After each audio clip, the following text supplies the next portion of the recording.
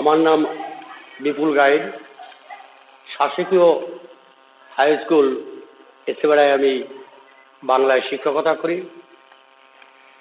আমার সঙ্গে রয়েছেন পরিতোষ মণ্ডল দাদা, আমার প্রাণপ্রিয় দাদা।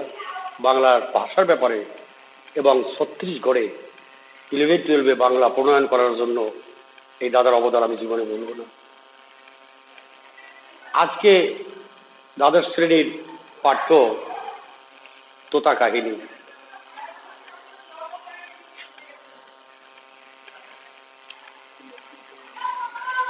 পারস্য দেশের জ্ঞানীগুণীরা বলেন, যদি আল্লাহ তাআলা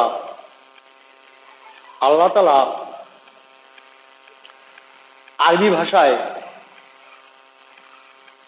কোরআন শরীফ না লিখে যদি ফার্সি ভাষায় লিখতেন, তাহলে মৌলানা জালালউদ্দিন রুমির মসনদি কেতাবখানা কোরআন শরীফ বলে চালিয়ে দেওয়া যেত। এইরকম তারিফ কোন দেশের লোক কারো প্রতি করেছেন কিনা আমার তা জানা নেই।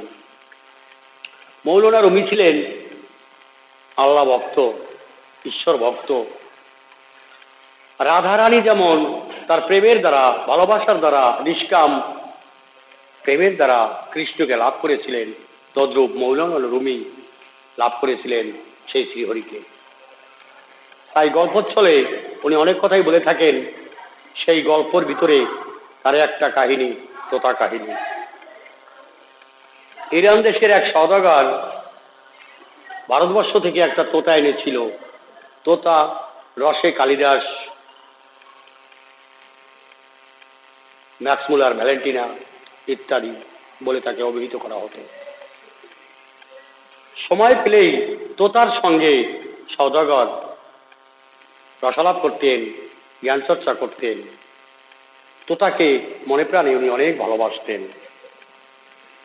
উনি শুনতে পেলেন, সওদাগর শুনতে পেলেন ভারতবর্ষে আকড়া দরে কার্পেট বিক্রি হচ্ছে। সেই কার্পেট বিক্রির খবর শুনে উনি চঞ্চল হয়ে উঠলেন এবং কার্পেট বিক্রি করার জন্য স্থির সিদ্ধান্ত নিলেন।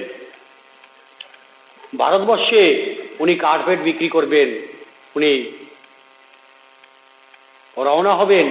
তার পূর্ব মুহূর্তে আত্মীয় পরিজন সবাইকে বলল, তোমাদের কার জন্য কি সওগাত আনতে হবে। কিন্তু সবাই সওগাত চেয়ে নিল সওদাগর থেকে।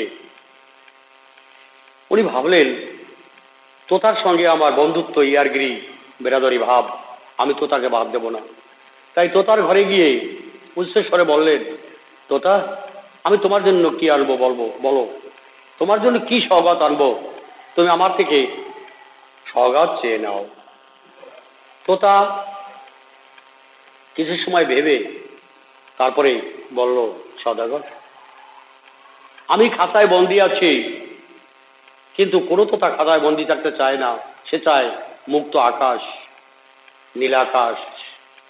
সে চেনে গাছের ডাল, পাখি চেনে গাছের ডাল, সন্তান চেনে মায়ের কোল, আর মাছ চেনে জল। সেইখান থেকে বিচ্ছিন্ন করলে তার মন হয় চঞ্চল, সে উদাসীন হয়ে পড়ে। তাই আমি তো আর কোনোদিন মুক্তি পাবো না। কিন্তু আমার কোনো সহজাত বন্ধু বা ভাইয়ের সাথে দেখা হলে তুমি আমার মুক্তির উপায়টা, আপনি আমার মুক্তির উপায়টা শুনে আসবেন। তাই সওদাগর অল্পদিন পরেই ভারতবর্ষে গেলেন এবং খুব উচ্চ দামে কার্পেট বিক্রি করলেন, অনেক লাভবান হলেন। মন স্থির করলেন, ফিরে যাবো ইরান দেশে, আমার বাড়িতে। ইতিমধ্যে হঠাৎ মনে পড়ে গেল, তোতা বলেছিল তার জাতি ভাইয়ের সাথে দেখা হয় তাহলে তার মুক্তির উপায় শুনিয়ে দেওয়ার জন্য। এইভাবে উনি চলছেন এক জঙ্গলের ভিতর দিয়ে। হঠাৎ দেখতে পেলেন এক ঝাঁক তোতা গাছের ডালে কিচিরমিচির করছে, উড়ে উড়ে ডাল থেকে ওড়ালে পড়ছে। এমনি সময়ে উনি উচ্চস্বরে বললেন, হে তোতাগণ, আমার কথা মন দিয়ে শোনো। তোমাদের এক বন্ধু আমার খাতায় বন্দি আছে। সে তোমাদের থেকে মুক্তির উপায় জেনে যেতে বলছে। তোমরা বলো আমার ওই তোতার মুক্তি কিসে? কিন্তু এক ঝাঁক তোতার ভিতরে কেহই কথাটা খেয়াল করলো না, কর্ণপাত করলো না, কিন্তু একটা তোতা ওই উঁচু ডাল থেকে পড়ে পড়ে মাটিতে পড়লো তার পায়ের কাছে। সে নিদারুণ ব্যথা পেলেন মনে। ব্যথা পেয়ে প্রায় ঘন্টা দুই চর নিজের গালে নিজে ঠাস ঠাস করে মেরে দিলেন, আর বললেন এমন ভুল আর জীবনে উনি করবেন না। এই ভেবে আনমনে পথ চলছেন আর ভাবছেন, একটা পাখির মৃত্যু হয়ে গেল, তোতা তোতাকে এত ভালোবাসে, এত গভীর প্রেম একে অপরের প্রতি। উনি বাড়ি ফিরে আসলেন। বাড়ি ফিরে এসে সবাইকে সওগাত বিলোলেন। কিন্তু তোতার কথা মনে পড়লো, মনে পড়লে কি হবে? তোমাদের কাছে প্রশ্ন ওঠে হয়তো যে এই তোতা, তাকে সওগাত কেন দেওয়া হচ্ছে না? হ্যাঁ, তোতা সওগাত দেবেন না সওদাগর এই কারণে যে একটা তোতা এর বন্দির খবর শুনে মারা গেছে, দ্বিতীয় ভুল আর উনি করবেন না। এই ভেবে সওদাগর চলাফেরা করেন, কাজকর্ম করেন।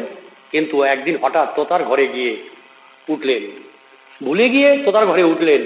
তোতা বললেন, সওদাগর আপনার মঙ্গল হোক, আপনার যাত্রা শুভ হোক, আপনি ভালো থাকুন সবাইকে নিয়ে, কিন্তু আমার সওগাত দিন, আমার সওগাত দিন। আপনি সওগাত দেওয়ার কথা বলেছিলেন, আমার সংবাদটা কি বলেছেন আমার বন্ধুর কাছে যে আমার মুক্তির উপায়টা কি? সওদাগর ভাবলেন, আমি তো এখন ফাটাবাসের মধ্যেখানে, আমি এখন কি করি? নিরুপায় হয়ে কিছু সময় পরে বললেন, তোতা তোমার সহজাত বন্ধুদের সাথে আমার দেখা হয়েছিল, আমি বনের ভিতর দিয়ে আসছিলাম, হঠাৎ এক ঝাঁক তোতা দেখে বললাম, তোতাগণ তোমরা বলো ইরান দেশে আমার খাঁচায় তোমাদের এক বন্ধু বন্দী আছে। তখন ওই ঝাঁকের ভিতরে কোনো তোতাই তেমন কথাটা খেয়াল করলো না, কিন্তু একটা তোতা ওখানে এসে আমার পায়ের কাছে এসে পড়লো, আমি মনে ব্যথা পেলাম। তাই তোমার কাছে আমি এতদিন আসিনি এই দুঃসংবাদ দিতে। এই সংবাদ শুনে এই তোতাটাও খাঁচা থেকে মাটিতে পড়ে গেল। সওদাগর বললেন, ভাবলেন আমি আর একটা ভুল করলাম জীবনে।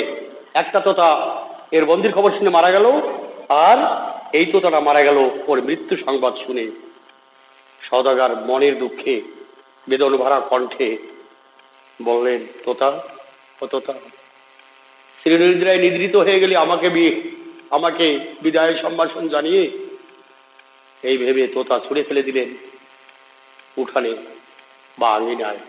তোতা কিন্তু ওই ছুঁড়ে ফেলার সাথে সাথে উড়ে গিয়ে বসলো ছাদে। ছাদে গিয়ে বসলো। আমি সওদাগর মনে মনে বললাম এবং মুখে উচ্চারণ করলাম, তোতা এর মানে কি? তোতা চেঁচিয়ে বলল, যে তোতাটা আমার সংবাদ শুনে মৃত্যুবরণ করেছিল আসলে ও মরেনি, ও আমাকে কৌশল শিখিয়ে দিয়েছে। আমিও যদি অবয়ব তার ওই ভাব অনুকরণ করি তাহলেই আমি মুক্তি পাবো, কিন্তু আমি মরিনি, আমি ওর ওই ভাব নকল করেছি, যার জন্য আজ আমি পেলাম মুক্তি। যদি মরার মতো মরা যায়, গুরুচরণ ধরে থাকা যায়, তাহলে পাওয়া যায় মুক্তি।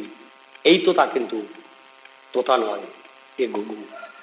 তোতার চেয়ে ঘুঘু চালাক বেশি, সব তোতা ঘুঘু হয় না। এই তোতাটা এত বেশি জ্ঞানী ছিল, গুণী ছিল, যার জন্য একে ঘুঘু বলে অভিহিত করা হয়েছে। লালন ফকির বলেছে, গুরুচরণ ধরে গুরুর প্রতি মন অর্পণ করে যদি আত্মসমর্পণ করা যায় তাহলে পাওয়া যায় জীবনে চিরমুক্তি। মরার ক্ষুধা নাই, তৃষ্ণা নাই, ভয় নাই, ভীত নেই, কোনো জ্বালা যন্ত্রণা নেই। গুরু সব গ্রহণ করে আর শিষ্য থাকে গুরুর অনুভূত হয়ে। আমি এখানে তোতা কাহিনী সমাপ্ত করলাম।